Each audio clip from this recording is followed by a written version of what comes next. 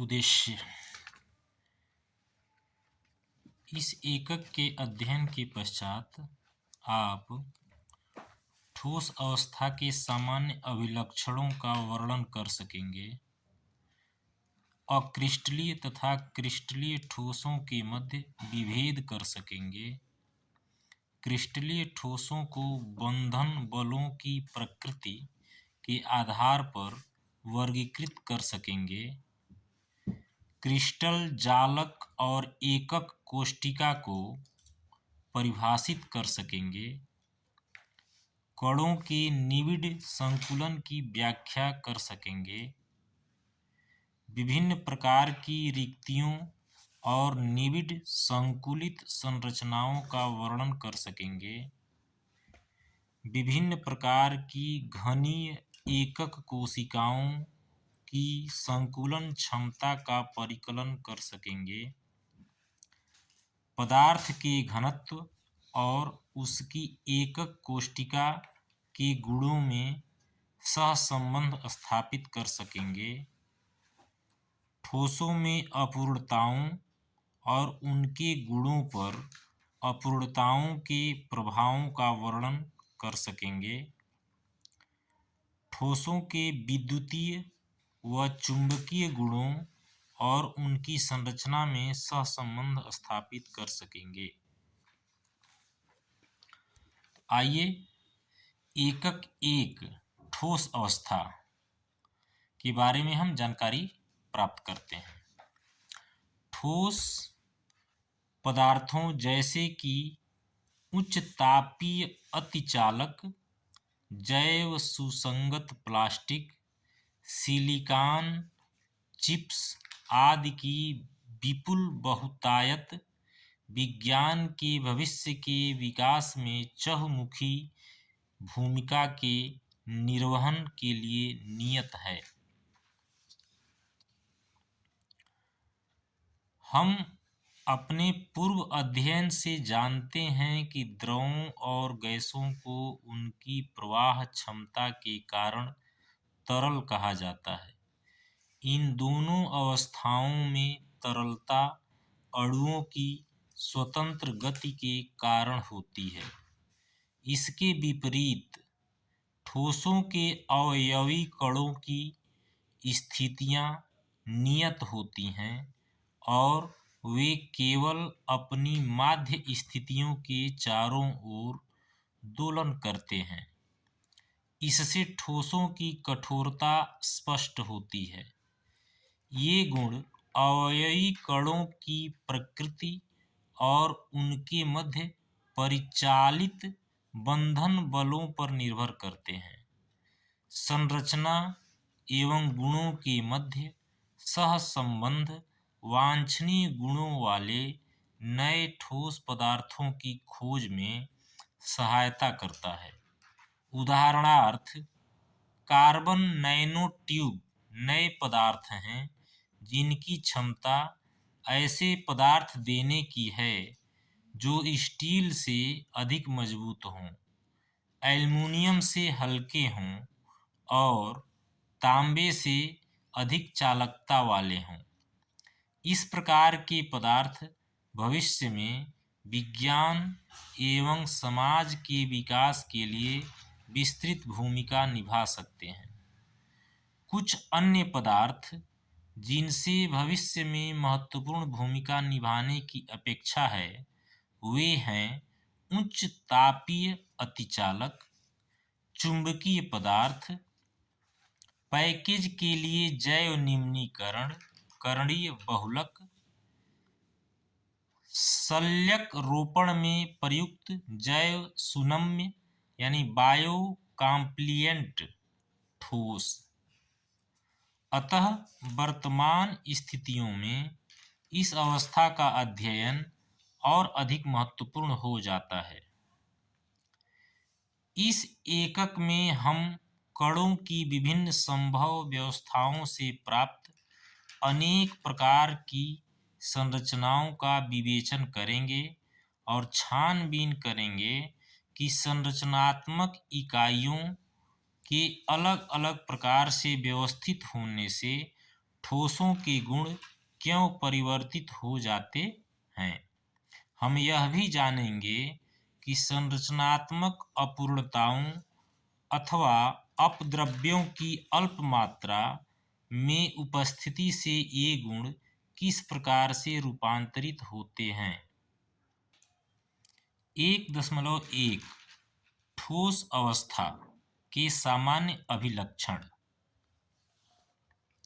कक्षा 11 में आप सीख चुके हैं कि पदार्थ 3 अवस्थाओं ठोस, द्रव और गैस में पाए जाते हैं।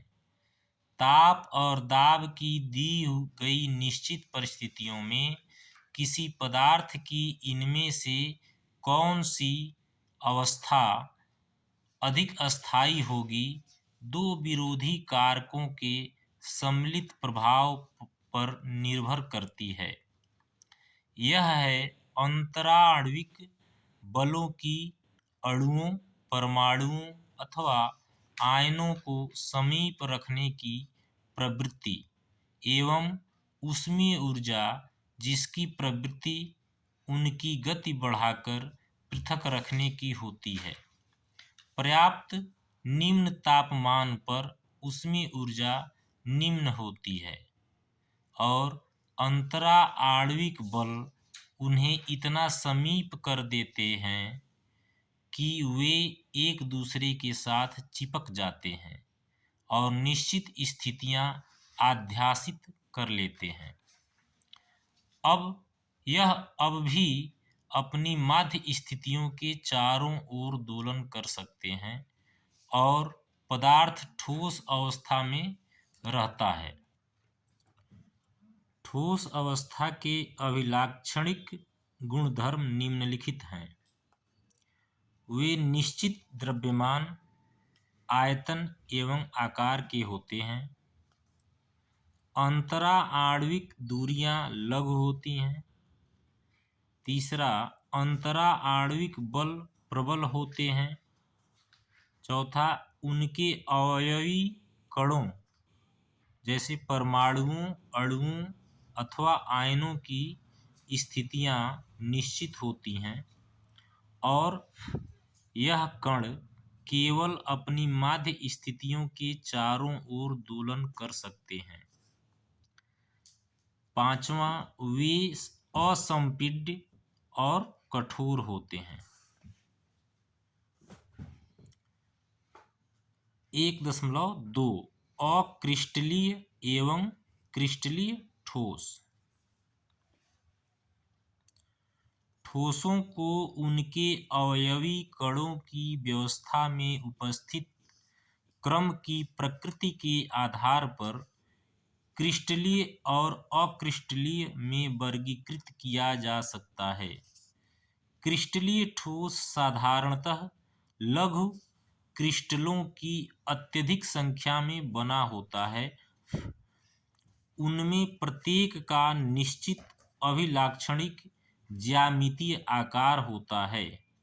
क्रिस्टल में अवयवी कणों, परमाणुओं, अणुओं अथवा आयनों का क्रम सुव्यवस्थित होता है तथा इसकी तीनों विभागों में पुनरावृत्ति होती है। यदि हम क्रिस्टल के एक कण में कणों की स्थिति का अवलोकन करें तो हम क्रिस्टल के किसी दूसरे भाग में कणों की स्थिति का सही पूर्वानुमान लगा सकते हैं, चाहे वह अवलोकन किए जा रहे भाग से कितनी भी दूर क्यों न हो। अतः क्रिस्टल में दीर्घ परासी व्यवस्था होती है, अर्थात कणों की व्यवस्था का पैटर्न नियमित होता है जिसकी संपूर्ण क्रिस्टल में एक से अंतराल पर पुनरावृत्ति होती है। सोडियम क्लोराइड और क्वार्ट्ज अक्रिस्टलीय ठोसों के विशिष्ट उदाहरण हैं। कांच, रबड़ और बहुत से प्लास्टिकों के द्रव जब ठंडा करने पर ठोस अवस्था में आते हैं तो क्रिस्टल नहीं बनाते, यह अक्रिस्टलीय ठोस कहलाते हैं। अक्रिस्टलीय ठोस ग्रीक शब्द अमोर्फोस से बना है, जिसका अर्थ है आकृति नहीं होना। अक्रिस्टलीय ठोस असमान समाकृति के कणों से बने होते हैं। इन ठोसों में अवयवी कणों की व्यवस्था केवल लघु परासी व्यवस्था होती है। ऐसी व्यवस्था में नियमित और आवर्ती पुनरावृत्ति पैटर्न केवल अल्प दूरियों तक देखा जाता है। नियमित भाग बिखरे होते हैं और इनके बीच व्यवस्था क्रम अनियमित होते हैं। क्वार्ट्ज क्रिस्टलीय और क्वार्ट्ज कांच अक्रिस्टलीय की संरचनाएं क्रमशः चित्र 1.1 क और ख में दर्शाई गई हैं। ये है चित्र 1.1 क क्वार्ट्ज। ये क्वार्ट्ज की संरचना है और यह क्वार्ट्ज कांच की द्विविमीय संरचना है। ये वाला ख वाला जो है क्वार्ट्ज कांच की द्विविमीय संरचना है। यद्यपि दोनों संरचनाएं लगभग समरूप हैं, फिर भी अक्रिस्टलीय क्वार्ट्ज कांच में दीर्घपरासी व्यवस्था नहीं है। अक्रिस्टलीय ठोसों की संरचना द्रवों के सदृश होती है। अवयवी कणों की व्यवस्था में अंतर के कारण दोनों प्रकार के ठोसों के गुण भिन्न होते हैं। क्रिस्टलीय ठोसों का गलनांक निश्चित होता है। यह एक विशिष्ट ताप पर पिघलकर द्रव बन जाते हैं। दूसरी ओर अक्रिस्टलीय ठोस ताप के एक निश्चित परास पर नरम होकर पिघलते हैं और बहने लगते हैं तथा गलाकर सांचे में ढाले जा सकते हैं और इनसे विभिन्न आकृतियां बनाई जा सकती हैं। अक्रिस्टलीय ठोसों की संरचना द्रवों के सदृश होती है और इन्हें आसानी से अत्यधिक श्यानता वाले द्रव मान लिया जाता है। किसी एक तापमान पर वे क्रिस्टलीय बन सकते हैं। क्रिस्टलीकरण के कारण प्राचीन सभ्यता की कांच की कुछ वस्तुओं की दृश्यता में दुधियापन पाया गया है। द्रवों के सदृश अक्रिस्टलीय ठोसों में प्रवाह की प्रवृत्ति होती है, यद्यपि यह बहुत मंद होता है।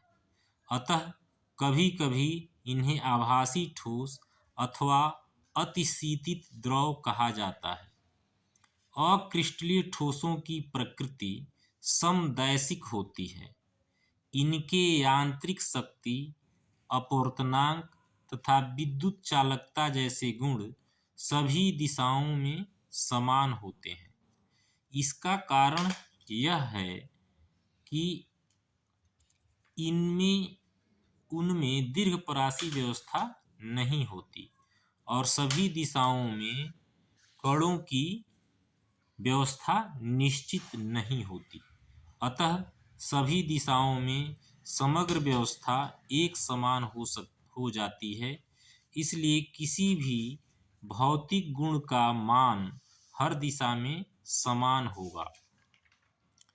क्रिस्टलीय ठोस विषमदैशिक प्रकृति के होते हैं, अर्थात उनके कुछ भौतिक गुण जैसे विद्युतीय प्रतिरोधकता और अपवर्तनांक एक ही क्रिस्टल में भिन्न भिन्न दिशाओं में मापने पर भिन्न भिन्न मान प्रदर्शित करते हैं। यह अलग अलग दिशाओं में कणों की भिन्न व्यवस्था से उत्पन्न होता है। यह चित्र 1.2 से स्पष्ट होता है। यहाँ पर आप इसको देख सकते हैं। चित्र 1.2 क्रिस्टलों में विषमदैशिकता भिन्न भिन्न दिशाओं में कणों की भिन्न भिन्न व्यवस्था से प्राप्त होती है। यहाँ पर ये सब कण हैं, ये यहाँ से CDAB।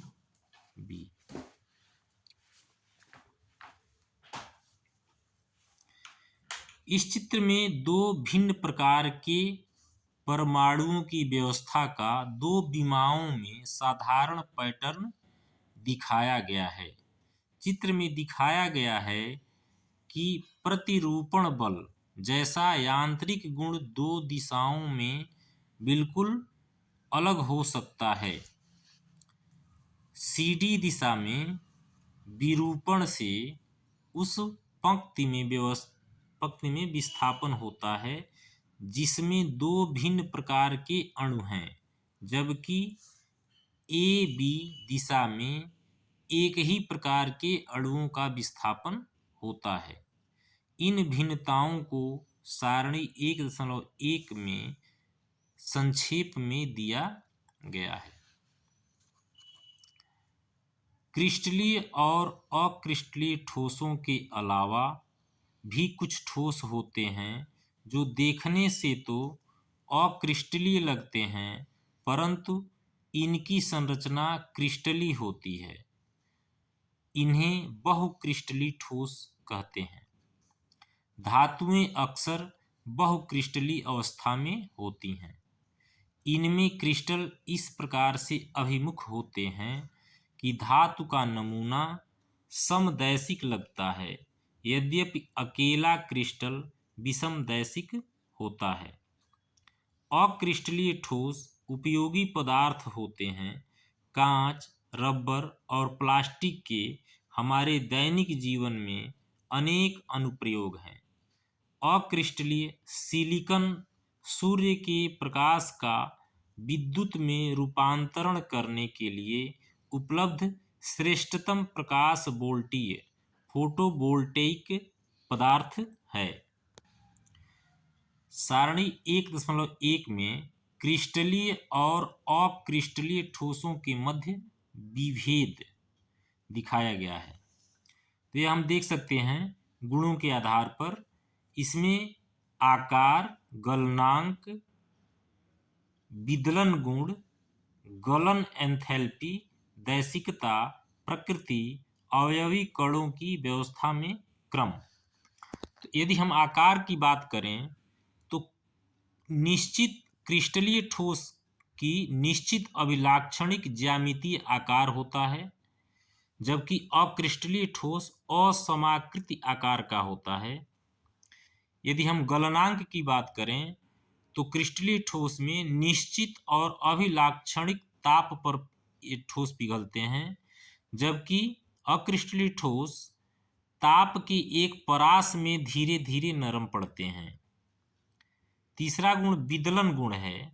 तेज धार वाले औजार से काटने पर यह दो टुकड़ों में विभक्त हो जाते हैं और नई जनित सतहें सपाट और चिकनी होती हैं, जबकि अक्रिस्टलीय ठोसों को तेज धार वाले औजार से काटने पर यह अनियमित सतहों वाले दो टुकड़ों में कट जाते हैं। गलनांक एंथैल्पी।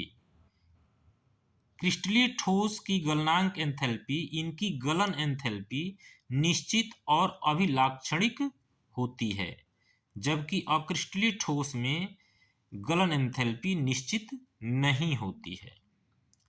दैशिकता।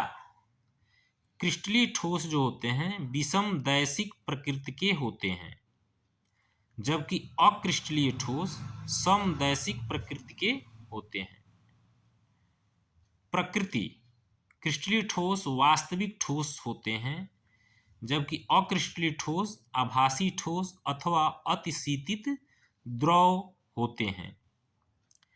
अवयवी कणों की व्यवस्था में जो क्रम होता है, क्रिस्टलीय ठोसों में दीर्घ परासी व्यवस्था होती है, जबकि अक्रिस्टलीय ठोस में केवल लघु परासी व्यवस्था होती है। 1.3 क्रिस्टलीय ठोसों का वर्गीकरण। खंड 1.2 में हमने अक्रिस्टलीय पदार्थों के बारे में जाना और यह भी जाना कि उनमें लघु परासी व्यवस्था होती है। तथापि अधिकतर ठोस पदार्थ क्रिस्टलीय प्रकृति के होते हैं। उदाहरण के लिए सभी धात्विक तत्व जैसे लोहा, तांबा और चांदी, अधात्विक तत्व जैसे सल्फर, फास्फोरस और आयोडीन, एवं यौगिक जैसे सोडियम क्लोराइड, जिंक सल्फाइड और नेफ्थेलिन क्रिस्टलीय ठोस हैं। क्रिस्टलीय ठोसों को विभिन्न प्रकार से वर्गीकृत किया जा सकता है। यह विधि उद्देश्य पर निर्भर करती है। यहाँ हम क्रिस्टलीय ठोसों को अंतरा आणविक बलों की प्रकृति के आधार पर अथवा आबंधों के आधार पर वर्गीकृत करेंगे जो संरचनात्मक कणों को एक साथ रखते हैं। वह हैं: पहला वांडर वाल्स बल, दूसरा आयनिक आबंध, तीसरा सहसंयोजक आबंध, चौथा धात्विक आबंध। इस आधार पर क्रिस्टलीय ठोसों को 4 समवर्गों में वर्गीकृत किया जा सकता है। ये हैं आणविक, आयनिक, धात्विक और सहसंयोजक ठोस। आइए अब हम इन समवर्गों के बारे में जानें। आणविक ठोसों के अवयवी कण अणु होते हैं। इन्हें निम्नलिखित समवर्गों में और अधिक प्रविभाजित किया गया है। पहला है आणविक ठोसों के प्रकार में, पहला है अध्रुवीय आणविक ठोस। इनके अंतर्गत वे ठोस आते हैं जो या तो परमाणुओं, उदाहरणार्थ निम्न ताप पर आर्गन और हीलियम, अथवा अध्रुवीय सहसंयोजक बंधों से बने अणुओं, उदाहरणार्थ निम्न ताप पर H2, Cl2 और I2 द्वारा बने होते हैं। इन ठोसों में परमाणु अथवा अणु दुर्बल परिक्षेपण बलों अथवा लंदन बलों द्वारा बंधे रहते हैं, जिनके बारे में आप कक्षा 11 में सीख चुके हैं। यह ठोस मुलायम और विद्युत के अचालक होते हैं। यह निम्न गलनांकी होते हैं और सामान्यतः कमरे के ताप और दाब पर द्रव अथवा गैसीय अवस्था में होते हैं। दूसरा जो है आणविक ठोस में ध्रुवीय आणविक ठोस होते हैं। HCl, SO2 आदि पदार्थों के अणु ध्रुवीय सहसंयोजक बंधों से बने होते हैं। ऐसे ठोसों में अणु अपेक्षाकृत प्रबल द्विध्रुव अन्योन्य क्रियाओं से एक दूसरे के साथ बंधे रहते हैं। यह ठोस मुलायम और विद्युत के अचालक होते हैं। इनके गलनांक अध्रुवीय आणविक ठोसों से अधिक होते हैं। फिर भी इनमें से अधिकतर कमरे के ताप और दाब पर गैस अथवा द्रव हैं। ठोस SO2 और ठोस NH3 ऐसे ठोसों के कुछ उदाहरण हैं। तीसरे तरह का आणविक ठोस हाइड्रोजन आबंधित आणविक ठोस होते हैं। ऐसे ठोसों के अणुओं में H और F, O अथवा N परमाणुओं के मध्य ध्रुवीय सहसंयोजक बंध होते हैं। प्रबल हाइड्रोजन आबंधन ऐसे ठोसों के अणुओं जैसे H2O बर्फ को बंधित करते हैं। यह विद्युत के अचालक हैं। सामान्यतः यह कमरे के ताप और दाब पर वाष्पशील द्रव अथवा मुलायम ठोस होते हैं। आयनिक 1.3.2 आयनिक ठोस। पहला था आणविक ठोस, दूसरा है आयनिक ठोस। आयनिक ठोसों के अवयवी कण आयन होते हैं। ऐसे ठोसों का निर्माण धनायनों और ऋणायनों के त्रिविमीय विन्यासों में प्रबल कूलामी यानी स्थिर वैद्युत बलों से बंधने पर होता है। यह ठोस कठोर और भंगुर प्रकृति के होते हैं। इनके गलनांक और क्वथनांक उच्च होते हैं। चूंकि इसमें आयन गमन के लिए स्वतंत्र नहीं होते, अतः ये ठोस अवस्था में विद्युत रोधी होते हैं। तथापि गलित अवस्था में अथवा जल में घोलने पर आयन गमन के लिए मुक्त हो जाते हैं और वे विद्युत का संचालन करते हैं। तीसरे प्रकार का ठोस जो है धात्विक ठोस होता है। धातुएं मुक्त इलेक्ट्रॉनों के समुद्र से घिरे और उनके द्वारा संलग्नित धनायनों का व्यवस्थित संग्रह हैं। ये इलेक्ट्रॉन गतिशील होते हैं और क्रिस्टल में सर्वत्र सम रूप से विस्तारित होते हैं। प्रत्येक धात्विक परमाणु इस गतिशील इलेक्ट्रॉनों के समुद्र में एक अथवा अधिक इलेक्ट्रॉनों का योगदान देता है। ये मुक्त और गतिशील इलेक्ट्रॉन धातुओं की उच्च वैद्युत और ऊष्मीय चालकता के लिए उत्तरदायी होते हैं। विद्युत क्षेत्र प्रयुक्त करने पर ये इलेक्ट्रॉन धनायनों के नेटवर्क में सतत प्रवाह करते हैं। इसी प्रकार जब धातु के एक भाग में ऊष्मा संभरित की जाती है तो ऊष्मीय ऊर्जा मुक्त इलेक्ट्रॉनों द्वारा सर्वत्र एक समान रूप से विस्तारित हो जाती है। धातुओं की दूसरी महत्वपूर्ण विशेषताएं कुछ स्थितियों में उनकी चमक और रंग हैं। यह भी उनमें उपस्थित मुक्त इलेक्ट्रॉनों के कारण होती हैं। धातुएं अत्यधिक अघात वर्धनीय और तन्य होती हैं। चौथे प्रकार के ठोस सहसंयोजक अथवा नेटवर्क ठोस कहलाते हैं। अधात्विक क्रिस्टलीय ठोसों की विस्तृत अनेक रूपता संपूर्ण क्रिस्टल में निकटवर्ती परमाणुओं के मध्य सहसंयोजक बंधों के बनने के कारण होती है। इन्हें विशाल अणु भी कहा जाता है। सहसंयोजक बंध प्रबल और दिशात्मक प्रकृति के होते हैं, इसलिए परमाणु अपनी स्थितियों पर अति प्रबलता से संलग्न रहते हैं। ऐसे ठोस अति कठोर और भंगुर होते हैं। इनका गलनांक अत्यंत उच्च होता है और गलन से पूर्व विघटित भी हो सकते हैं। ये विद्युत का संचालन नहीं करते, अतः ये विद्युत रोधी होते हैं। हीरा और सिलिकॉन कार्बाइड ऐसे ठोसों के विशिष्ट उदाहरण हैं। ग्रेफाइट भी क्रिस्टलों के इस वर्ग में आता है, यद्यपि यह मुलायम और विद्युत चालक है। उसके अपवादात्मक गुण उसकी विशिष्ट संरचना चित्र 1.4 पृष्ठ संख्या 6 के कारण होते हैं, जिसके बारे में आप कक्षा 11 में पढ़ चुके हैं। इसमें कार्बन परमाणु विभिन्न परतों में व्यवस्थित होते हैं और प्रत्येक परमाणु उसी परत के 3 निकटवर्ती परमाणुओं से सहसंयोजक बंधन में बंधा होता है। प्रत्येक परमाणु का चौथा संयोजकता इलेक्ट्रॉन अलग परतों के मध्य उपस्थित होता है और यह गमन के लिए मुक्त होता है। यही मुक्त इलेक्ट्रॉन ग्रेफाइट को इलेक्ट्रॉन का विद्युत का उत्तम चालक बनाते हैं। विभिन्न परतें एक दूसरे पर सरक सकती हैं।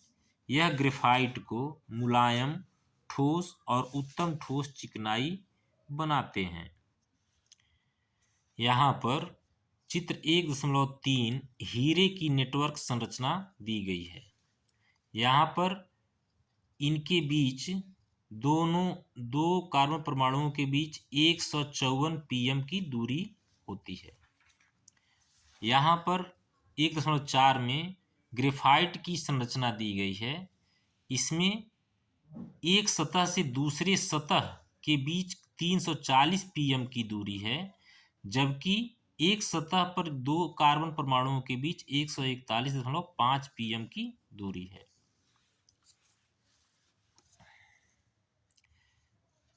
चारों प्रकार के ठोसों के विभिन्न गुणों को सारणी 1.2 में सूचीबद्ध किया गया है। विभिन्न प्रकार के ठोस।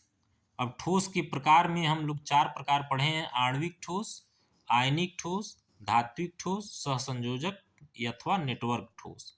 तो आणविक ठोस में हमने 3 पढ़ा है: अध्रुवीय, ध्रुवीय और हाइड्रोजन आबंधित। इसमें अवयवी कण जो होते हैं, आणविक ठोस में अणु होते हैं, चाहे वो अध्रुवीय हो या ध्रुवीय हो या हाइड्रोजन आबंधित हो। जबकि आयनिक ठोस में अवयवी कण आयन होते हैं। धात्विक ठोस में विस्थानीकृत इलेक्ट्रॉनों के समुद्र में धनायन होते हैं। जो अवयवी कण होते हैं धात्विक ठोस के, वो धनायन होते हैं। और सहसंयोजक अथवा नेटवर्क में परमाणु होते हैं। बंधन आकर्षण बल आणविक ठोसों में अध्रुवीय में परिक्षेपण अथवा लंदन बल होता है। ध्रुवीय में द्विध्रुव अन्योन्य क्रिया होती है।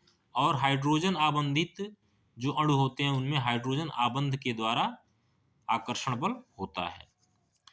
उदाहरण स्वरूप यदि देखें तो अध्रुवीय आणविक ठोस के जो अणु होते हैं argon, CCl4, carbon tetrachloride, hydrogen का अणु, आयोडीन का अणु और CO2 यानी कार्बन डाइऑक्साइड है। इनकी भौतिक प्रकृति मुलायम, वैद्युत चालकता विद्युत रोधी होती है, गलनांक अत्यधिक निम्न होता है, बहुत ही कम होता है। जो ध्रुवीय आणविक ठोस हैं उनमें उनके उदाहरण हैं हाइड्रोजन क्लोराइड यानी हाइड्रोक्लोरिक अम्ल और SO2 सल्फर डाइऑक्साइड। यह भी मुलायम होता है, विद्युत रोधी होते हैं और इनकी गलनांक इनका निम्न होता है, यानी अध्रुवी से थोड़ा सा ज्यादा। जो हाइड्रोजन आबंधित जो होते हैं वो H2O यानी बर्फ, कठोर होता है, यह विद्युत रोधी यह भी होता है और इनका भी गलनांक निम्न होता है। दूसरे प्रकार के ठोस आयनिक ठोस हैं। इसके अवयवी कण आयन, इनके बीच जो आबंधन बल होता है वह कुलामी अथवा स्थिर वैद्युत बल कहलाता है। उदाहरण है NaCl, MgO, ZNS, zinc sulphide, calcium fluoride. यह कठोर लेकिन भंगुर होते हैं। इनकी वैद्युत चालकता ठोस अवस्था में विद्युत रोधी होती है, जबकि गलित अवस्था और जलीय विलयन में यह विद्युत के चालक होते हैं। इनका गलनांक जो होता है उच्च होता है। तीसरा जो है धात्विक ठोस, जिसके अवयवी कण विस्थानीकृत इलेक्ट्रॉनों के समुद्र में धनायन होते हैं। इनके बीच जो आकर्षण बल होता है वह धात्विक आबंध कहलाता है। उदाहरण है आयरन, कॉपर, सिल्वर, मैग्नीशियम। भौतिक प्रकृति इनका कठोर होता है, परंतु अगात वर्ध्य और तन्य होते हैं, यह भंगुर नहीं होते। इनका जो वैद्युत चालकता होती है ठोस अवस्था एवं गलित अवस्था दोनों में ये चालक विद्युत चालक होते हैं और इनका गलनांक जो होता है साधारण उच्च होता है। चौथा जो है सहसंयोजक अथवा नेटवर्क ठोसों के जो अवयवी कण होते हैं वो परमाणु होते हैं। इनके बीच जो परमाणुओं के बीच जो आबंधन बल होता है वह सहसंयोजक आबंध होता है। उदाहरण यदि देखें तो SiO2 सिलिकॉन डाइऑक्साइड यानी क्वार्ट्ज, SiC सिलिकॉन कार्बाइड और हीरा AIN और C ग्रेफाइट, ये इनके उदाहरण हैं सहसंयोजक या अथवा नेटवर्क ठोस के। भौतिक प्रकृति इनका कठोर और मुलायम होता है, ये सब कठोर हैं और ग्रेफाइट जो होता है मुलायम होता है। वैद्युत चालकता ये विद्युत रोधी होते हैं, लेकिन ग्रेफाइट जो है अपवाद है, यह विद्युत का चालक होता है और इनका गलनांक अत्यधिक उच्च होता है। 1.4 क्रिस्टल जालक और एकक कोष्ठिका। आपने देखा होगा कि जब किसी फर्श को ढकने के लिए टाइल बिछाए जाते हैं तो एक पुनरावृत्ति होने वाला पैटर्न बनता है। सारी टाइलों को फर्श पर रखने के बाद यदि हम सभी टाइलों की एक निश्चित स्थान पर बिंदु लगा दें, उदाहरण के लिए टाइल के मध्य में, तथा टाइल पर ध्यान न देकर केवल बिंदुओं का अवलोकन करें, तो हमें बिंदुओं का एक समुच्चय प्राप्त होता है। यह बिंदुओं का समुच्चय एक ढांचा है जिसे आकाशीय जालक कहते हैं। यहाँ इसके बिंदुओं पर संरचना इकाई, यहाँ पर टाइल रखकर द्विविमीय पैटर्न विकसित किया गया है। संरचना इकाई को बेसिस अथवा मोटिफ कहते हैं।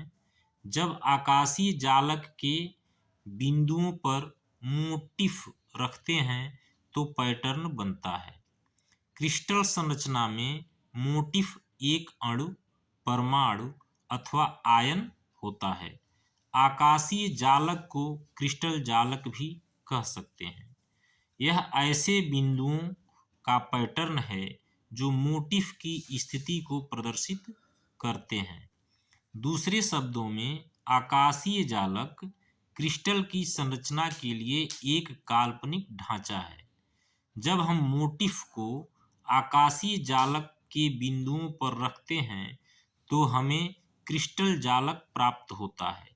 चित्र 1.5 में एक मोटिफ, एक द्विविमीय जालक और एक काल्पनिक द्विविमीय क्रिस्टल संरचना प्रदर्शित की गई है जो मोटिफ को द्विविमीय जालक में रखकर प्राप्त होती है। यहाँ पर चित्र 1.5 का जो है मोटिफ है। मोटिफ की संरचना इस तरह, क्रिस्टल संरचना बनाने के लिए मोटिफ इस तरह का है। दूसरा आकाशीय जालक, यहाँ पर आप देखें ये आकाशीय जालक का या क्रिस्टल जालक है, ये जालक के बिंदु हैं। तीसरा है काल्पनिक द्विविमीय क्रिस्टल संरचना। तो एक काल्पनिक द्विविमीय, यहाँ से ये ऊपर की तरफ ये जो मोटिफ है इसको दो द्विविमीय जालक बिंदु ये हो गया, ये सब जालक बिंदु हो गया, और ये जो मोटिफ है इसके अनुसार ये काल्पनिक द्विविमीय क्रिस्टल संरचना यहाँ पर दर्शाई गई है। दिक् स्थान अर्थात स्पेस में जालक बिंदुओं की व्यवस्था विभिन्न प्रकार के जालक दे सकती है। चित्र 1.6 में दो प्रकार की व्यवस्थाओं से प्राप्त जालक प्रदर्शित किए गए हैं। यहाँ पर चित्र 1.6 में दो भिन्न जालकों में बिंदुओं की व्यवस्था दी गई है। ये जालक क है, यहाँ पर ये अलग अलग बिंदु हैं जालक बिंदु, और यहाँ पर दूसरी तरह का जालक का पैटर्न दिया गया है। यह इस तरह से है, यहाँ पर सीधे सीधे है। क्रिस्टलीय ठोसों में आकाशीय जालक बिंदुओं का समूह त्रिविम में होता है, यानी त्रिविमीय, थ्री डायमेंशनल होता है। जालक बिंदुओं पर मोटिफ जोड़कर क्रिस्टल संरचना प्राप्त होती है। प्रत्येक पुनरावृत्तित मोटिफ की संरचना एवं त्रिविम विन्यास समान होता है, जैसा कि त्रिविम में किसी भी एक मोटिफ का होता है। सतह को छोड़कर क्रिस्टल में प्रत्येक मोटिफ के आसपास समान वातावरण होता है। एक क्रिस्टल जालक के अभिलक्षण निम्नलिखित हैं। क, जालक में प्रत्येक बिंदु जालक बिंदु अथवा जालक स्थल कहलाता है। ख, क्रिस्टल जालक का प्रत्येक बिंदु एक अवयवी कण को निरूपित करता है, जो एक परमाणु, एक अणु अर्थात परमाणुओं का समूह अथवा एक आयन हो सकता है। तीसरा है जालक बिंदुओं को सीधी रेखाओं से जोड़ा जाता है, जिससे जालक की ज्यामिति व्यक्त की जा सके। क्रिस्टल को पूर्ण परिभाषित करने के लिए त्रिविम जालक का केवल छोटा सा भाग आवश्यक होता है, इस छोटे से भाग को एकक कोष्टिका कहते हैं।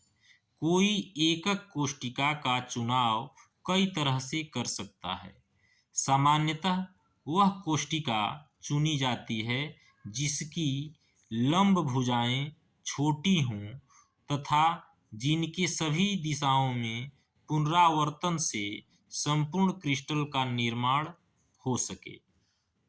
चित्र 1.7 में कोष्टिका के पुनरावर्तन द्वारा द्विविमीय क्रिस्टल का निर्माण दर्शाया गया है। पुनश्च कोष्टिका का आकार ऐसा होना चाहिए कि संपूर्ण जालक में कोष्टिकाओं के बीच में रिक्त स्थान न रहे। चित्र 1.7 चतुर्भुज वर्ग के तीरों की दिशा में गमन से एक काल्पनिक दो द्विविमीय क्रिस्टल का निर्माण। यहाँ पर एकक कोष्टिका है, इसका इस तरह से इसकी संरचना है। दो विमाओं में A तथा B लंबाई की भुजाओं वाले समांतर चतुर्भुज को जिसकी भुजाओं के मध्य गामा कोण हो एकक कोष्टिका के रूप में चुना जाता है। यहाँ ध्यान से दीजिए, दो विमाओं में A तथा B लंबाई की भुजाओं वाले समांतर चतुर्भुज को जिसकी भुजाओं के मध्य गामा कोण हो एकक कोष्टिका के रूप में चुना जाता है। द्विविमाओं में संभावित एकक कोष्टिकाएं चित्र 1.8 में दर्शाई गई हैं। यहाँ पर देखिए, द्विविमा में A और यह A, ये दोनों बराबर हैं, इनके बीच 60 अंश का कोण है। यहाँ पर A और ये B, इनके बीच 90 अंश का कोण है, ये भी समांतर चतुर्भुज है। यहाँ पर A और A 90 अंश का कोण है, समांतर चतुर्भुज है। A ये भी समांतर चतुर्भुज है, इनके बीच गामा कोण है। दो विमाओं में संभावित एकक कोशिकाओं का यहाँ पर वर्णन किया गया है। त्रिविम में क्रिस्टल जालक का एक भाग तथा इसकी एकक कोशिका को चित्र 1.9 में प्रदर्शित किया गया है। एक त्रिविमीय क्रिस्टल संरचना में एकक कोष्टिका अभिलक्षणित होती है। क्या है अभिलक्षण उनके? पहला है उसके तीनों किनारों की विमाओं A, B तथा C के द्वारा, जो कि परस्पर लंबवत हो भी सकते हैं अथवा नहीं भी।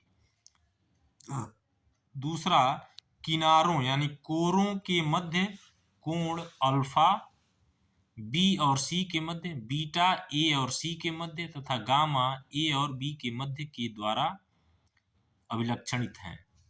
इस प्रकार एकक कोशिका 6 पैरामीटरों A, B, C, alpha, beta और गामा द्वारा अभिलक्षणित होती हैं। प्रतिरूपी एकक कोष्टिका के इन पैरामीटरों को चित्र 1.10 में दिखाया गया है। यहाँ पर आप देख सकते हैं, चित्र 1.1 एकक कोष्टिका के पैरामीटरों का निदर्श चित्र है। यहाँ पर एक बिंदु लिया गया है, इस बिंदु से यहाँ इधर की दूरी A, यहाँ से इधर की दूरी B, ऊपर यदि ऊंचाई मानते हैं तो ये C, A और यहाँ पर A और C के बीच जो कोण है वो बीटा, A और B के बीच जो कोण है वो गामा और B और C के बीच जो कोण है वो अल्फा से दर्शाया गया है। यहाँ पर एक क्रिस्टल के त्रिविमीय घनीय आकाशीय जालक का एक भाग और उसकी एकक कोष्टिका को प्रदर्शित किया गया है। तो यह जो है ना, यहाँ पर ये जो लाल कलर से, गुलाबी कलर से जो है, यह एकक कोष्टिका है और कई एकक कोष्टिकाओं से बना यह त्रिविमीय आकाशीय घनीय जालक है। 1.4.1 आद्य एवं केंद्रित एकक कोष्टिका। एकक कोशिका को विस्तृत रूप से दो समवर्गों में बांटा जा सकता है, आद्य एवं केंद्रित एकक कोशिका। क आद्य एकक कोशिका। जब अवयवी कण एकक कोशिका के केवल कोनों पर उपस्थित हों तो उसे आद्य एकक कोशिका कहा जाता है। जब अवयवी कण एकक कोशिका के केवल कोनों पर उपस्थित हों तो उसे आद्य एकक कोशिका कहा जाता है। केंद्रित एकक कोशिका। जब एकक कोशिका में एक अथवा अधिक अवयवी कण कोनों के अतिरिक्त अन्य स्थितियों पर भी उपस्थित होते हैं तो उसे केंद्रित एकक कोशिका कहते हैं। केंद्रित एकक कोशिकाएं तीन प्रकार की होती हैं। पहला, अंतः केंद्रित एकक कोशिका। ऐसी एकक कोशिका में एक अवयवी कण अर्थात परमाणु, अणु अथवा आयन कोनों में उपस्थित कणों के अतिरिक्त उसके अंतः केंद्र में होता है। दूसरा, फलक केंद्रित एकक कोशिका। ऐसी एकक कोशिका में कोनों पर उपस्थित अवयवी कणों के अतिरिक्त एक अवयवी कण प्रत्येक फलक के केंद्र पर भी होता है। तीसरा है अंत्य केंद्रित एकक कोशिका। ऐसी एकक कोशिका में कोनों पर उपस्थित अवयवी कणों के अतिरिक्त एक अवयवी कण किन्हीं दो विपरीत फलकों के केंद्र में पाया जाता है। आद्य यानी सरल एकक कोशिकाओं तथा विभिन्न प्रकार के क्रिस्टलों का निरीक्षण करने से यह निष्कर्ष निकलता है कि यह सभी 7 संरचनाओं के सदृश हैं। यह मूल नियमित संरचनाएं 7 क्रिस्टल सिस्टम कहलाते हैं। कोई क्रिस्टल किस सिस्टम के अंतर्गत आता है यह पता लगाने के लिए क्रिस्टल के फलकों के मध्य कोण को मापा जाता है और यह निर्धारित किया जाता है कि इसके आकार का निर्धारण करने के लिए कितने अक्ष आवश्यक हैं। चित्र 1.11 में 7 क्रिस्टल सिस्टम प्रदर्शित किए गए हैं। इनकी आद्य एकक कोशिकाएं तथा उनसे बनने वाली केंद्रित एकक कोशिकाओं के रूप में उनकी संभव विविधताएं सारणी 1.3 में सूचीबद्ध हैं।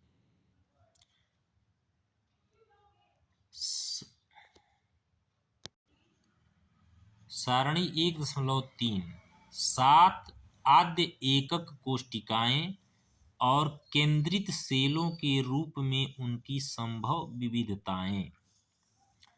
क्रिस्टल तंत्र। 7 प्रकार के क्रिस्टल तंत्र हैं। पहला घनीय, दूसरा द्विसमलंबाक्ष, विषमलंबाक्ष, खटकोणीय। पांचवा त्रिसमनताक्ष अथवा त्रिकोणीय। छठा एक नताक्ष और सातवां त्रिनताक्ष। संभव विविधताएं जो हैं घनीय में आद्य अंतः केंद्रित फलक केंद्रित हो सकती हैं। अक्षीय दूरियां अथवा कोर की लंबाई घनीय क्रिस्टल तंत्र में बराबर होती हैं, A बराबर B बराबर C होती हैं।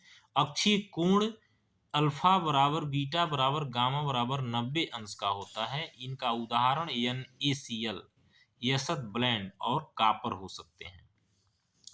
दूसरा है द्विसमलंबाक्ष। यह आद्य अंतः केंद्रित होती हैं। इसमें A बराबर B तो होता है लेकिन C के बराबर नहीं होती, लेकिन अक्षीय कोण यहाँ पर भी 90 अंश का होता है। श्वेत टीन SnO2, TiO2 और कैल्शियम सल्फेट इसके उदाहरण हैं। तीसरा है विषम लंबाक्ष।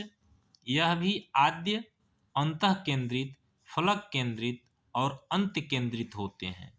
इसमें विषम लंबाक्ष में तीनों भुजाएं जो होती हैं ये बराबर नहीं होती। A is not equal to B is not equal to C. लेकिन यहाँ पर अल्फा बीटा और गामा जो कोण है, अक्षीय कोण, वो भी 90 अंश के होते हैं। ये विषम लंबाक्ष गंधक होता है KNO3 और BaSO4। चौथा है खटकोणीय। खटकोणीय में जो संभव विविधता है वो केवल आद्य होता है। इसमें ए बराबर बी तो होता है लेकिन सी के बराबर नहीं होता। और अल्फा और बीटा 90 अंश का होता है जबकि गामा 120 अंश का होता है। यह संरचना ग्रेफाइट में और ZnO तथा CDS में पाई जाती है। पांचवा है त्रिसमनताक्ष अथवा त्रिकोणीय। इसकी भी संभव विविधता विशेषताएं जो होती हैं, विविधताएं आद्य होती हैं। इसमें घनीय कोष्टिका की तरह यहाँ पर भी ए बराबर बी बराबर सी है। Alpha beta gamma 90, alpha beta और गामा 90 अंश का होता है। कैल्साइट्स, कैल्शियम कार्बोनेट और सिन बार HgS इसके उदाहरण हैं। एक नताक्ष, इसमें आद्य और अंत्य केंद्रित होता है। इसमें भी ए बराबर बी बराबर ए बी और सी तीनों अलग अलग होते हैं। लेकिन अल्फा और बीटा 90 अंश के होते हैं, अल्फा और गामा 90 अंश के होते हैं जबकि बीटा 90 अंश का नहीं होता। एक नताक्ष गंधक होता है Na2SO4 सोडियम सल्फेट 10H2O। और त्रिनताक्ष का वो है, ये आद्य संभव विविधता है। इसमें भी ए बी और सी तीनों आपस में बराबर नहीं होते हैं और न ही अल्फा बीटा गामा आपस में बराबर होते हैं, न 90 अंश के होते हैं। इनके उदाहरण हैं K2Cr2O7, CuSO4 5H2O, H3BO3। एक फ्रेंच गणितज्ञ ने दर्शाया कि 3 विमाओं में केवल 14 प्रकार के जालक संभव हैं। इन्हें ब्रेविस जालक कहते हैं। इन जालकों की एकक कोष्टिकाओं को आगे दिए बॉक्स में दर्शाया गया है। यानी 3 विमाओं में केवल 14 प्रकार के जालक ही संभव हैं। सारणी 1.3 में जितने भी क्रिस्टल तंत्र 7 प्रकार के दिए गए हैं उनका चित्र यहाँ पर दिया गया है। 7 प्रकार के क्रिस्टलीय तंत्र। जो पहला घनीय है उसमें अल्फा बीटा और गामा तीनों 90 अंश के कोण होते हैं और ए बराबर बी बराबर सी तभी यह घनीय होता है। द्विसम लंबाक्ष दिया गया है, यहाँ पर विषम लंबाक्ष है, खटकोणीय संरचना है, त्रिसमनताक्ष है, एक नताक्ष है और त्रिनताक्ष है। ये चारों तरह की ये 7 प्रकार की क्रिस्टल तंत्र का चित्र इसमें हम देख सकते हैं। अब फ्रेंच गणितज्ञ के द्वारा जो त्रिविमीय जालकों में बतलाया गया कि 14 प्रकार की संभावनाएं हो सकती हैं, तो 14 प्रकार के ब्रेवे जालकों की एकक कोष्टिकाएं कैसी हो सकती हैं वो दिया गया है। यहाँ 3 घनीय जालकों की एकक कोष्टिकाएं, सभी भुजाएं समान एवं सभी फलकों के मध्य कोण 90 अंश का है, तो यह इस तरह की हो सकती है। आद्य के लिए यानी जो सरल कोष्टिका है वह इस तरह की हो सकती है, अंतः केंद्रित कोष्टिका इस तरह की हो सकती है और फलक केंद्रित कोष्टिका इस तरह की हो सकती है। उसके बाद से दो द्विसम लंबाक्ष जालकों की एकक कोष्टिकाओं का चित्र यहाँ दिया गया है। लंबाई में एक भुजा अन्य 2 भुजाओं से भिन्न तथा सभी फलकों के मध्य 90 अंश का कोण होगा। यानी यहाँ पर 2 भुजाएं समान और तीसरी भुजा असमान है। ये आद्य यानी सरल कोष्टिका हो सकती है इसके लिए, और यह अंतः केंद्रित हो सकता है। 4 विषम लंबाक्ष जालकों की एकक कोष्टिकाएं। इसमें असमान भुजाएं, सभी फलकों के मध्य 90 अंश का कोण है। यहाँ पर आद्य, अंत्य केंद्रित, अंतः केंद्रित और फलक केंद्रित जो कोष्टिकाएं हैं एकक कोष्टिकाएं, उनका चित्र दिया गया है। यहाँ पर दो एक नताक्ष जालकों की एकक कोष्टिकाएं दी गई हैं। इसमें असमान भुजाएं दो फलकों के मध्य कोण 90 अंश से भिन्न है, यानी भुजाएं भी तीनों अलग अलग होती हैं और कोण भी तीनों के मध्य अलग अलग होता है, 90 अंश नहीं होता। ये आद्य के लिए है यहाँ पर, और यह अंत केंद्रित है। उसके बाद से खटकोणी जालक की एकक कोष्टिका एक भुजा लंबाई में अन्य दो से भिन्न दो फलकों पर चिन्हित कोण 90 अंश का है। त्रिसमनताक्ष जालक की एकक कोष्टिका सभी भुजाएं समान दो फलकों पर कोण 90 अंश से कम है। त्रिनताक्ष जालक की एकक कोष्टिका असमान भुजाएं ए बी और सी असमान कोण हैं, जिनमें से कोई भी 90 अंश का नहीं है। तो इस तरह ब्रेवे, फ्रेंच गणितज्ञ ब्रेवे के द्वारा जो संभावित 14 प्रकार की एकक कोष्टिकाएं हैं, उनका यहाँ पर चित्र दिया गया है।